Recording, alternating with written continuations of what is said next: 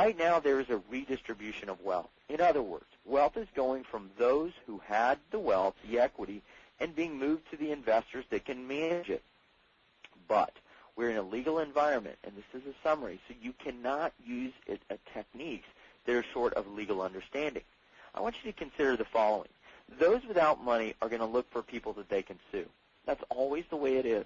As a real estate investor, I don't care how much wealth you have or don't have. When you come in contact with someone who's losing their property, you are viewed as the deep pockets, always. And that's just the way it is. Everybody thinks us as real estate investors have millions. Whether we do or don't, that's a separate issue. It's the perception.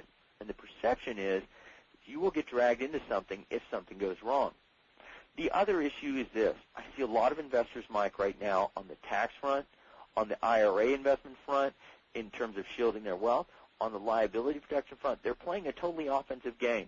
They're out going gangbusters just trying to get properties, but they're not using defense. They're not protecting themselves. If you were going to play football, let's say, we had a great football game this year. If you were going to play football and you didn't, let's say, have a defense, but you kept scoring, you had a great offense, would you win the game with no defense? Right. No. Absolutely not. And a lot of investors are out there doing that exact same thing. So I've got to really enforce and sell people on the idea so they understand, and I'm going to push hard to do this, that it's not about only the offensive game.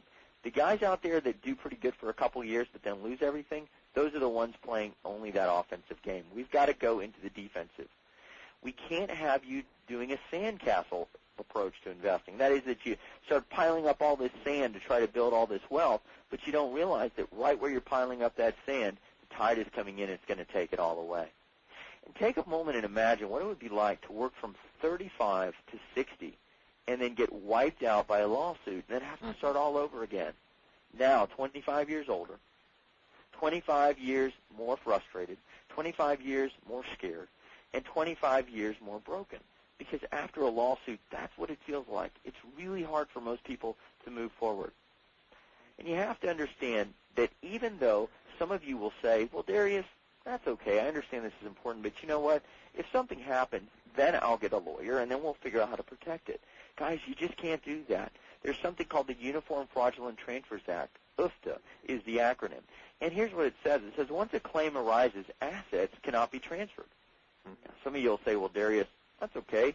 If the claim arises, I'll just, if the tenant calls me and says they were hurt, that's when I'll do the transfer. Before they sue, can't do that. Because the law generally says in most states that it's when you know or should reasonably know of the claim that the creditors can set aside the transfer.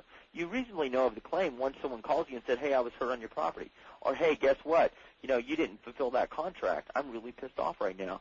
When that happens, that's when UFTA kicks in. So you can't wait.